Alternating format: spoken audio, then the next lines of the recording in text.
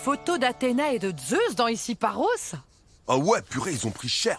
Ils sont devenus énormes. Tu savais, toi, que dans la mythologie grecque, l'obésité avait 5 fois plus de chances de toucher les dieux que les héros? Ah bon? C'est un truc génétique? Ah non, c'est juste une question de comportement alimentaire. De toute façon, il faut bien avouer que la mythologie grecque a débuté avec de très mauvaises habitudes. Ah bon? Pourquoi? Eh ben, les dieux de l'Olympe sont quand même issus d'un cycle boulimie-anorexie classique. Leur père Chronos dévore un par un ses 11 premiers enfants. Ensuite, il se fait vomir dans les toilettes et les gamins retrouvent leur place dans la famille.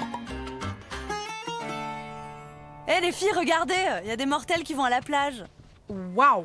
Il est quand même hyper bien gaulé, le Minotaure. J'irais bien me faire nettoyer le labyrinthe, moi. Oh, t'abuses, Aphrodite. Oula! Et vous avez vu le string d'Ariane? Non, mais pas seulement. Hercule aussi, il est canon. Et Ulysse, on dirait un prof de voile des Glénans qui revient de la Transat Jacques Vabre. C'est vrai que si tu nous compares aux mortels, il y a 2 poids 2 mesures. C'est super injuste. Ils mangent de la moussaka toute la journée et ils restent minces, tandis que nous, il suffit de 2 olives et d'un verre d'ambroisie et on prend 3 tailles de Panthéon. Non, et puis t'as vu les mecs autour de nous. Zeus qui est gras comme un loukoum, Poséidon qui planque ses bajoux derrière une barbe de 100 jours, Arès qui fait genre sportif pour qu'on remarque pas qu'il a de la brioche. Il y a un vrai problème d'alimentation sur l'Olympe. On devrait faire beaucoup plus attention à ce qu'on avale. Il faut qu'on demande à Zeus d'arrêter tous ces banquets qu'on organise pour un oui ou pour un non. Et puis dire aux Vestales de ne plus accepter les offrandes des mortels. Les prêtresses à Delphes qui brûlent des pots de Nutella en notre honneur, c'est la cata pour la ligne, ça.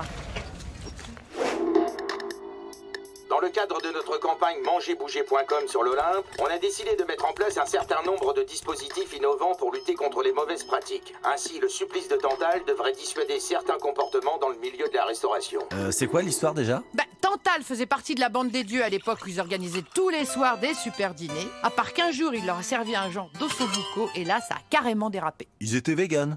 Non, quand même pas. C'est juste que la viande, c'était des morceaux de son propre fils. Ah ouais, ils ont mangé le gamin du coup. Il n'y a que Déméter qui a bouffé l'épaule sans s'en rendre compte. Mais bon. Du coup, pour punir Tantale, Zeus l'a immergé à moitié dans un fleuve sous un arbre fruitier et on l'a attaché à un rocher. Maintenant, à chaque fois qu'il a soif, l'eau se retire et à chaque fois qu'il veut croquer un fruit, la branche s'éloigne. Ah ouais, c'est vraiment horrible comme supplice. Ah oui, mais c'est pas ça la vraie torture. La vraie torture, c'est qu'ils lui ont fait croire qu'il fallait manger 5 fruits et légumes par jour.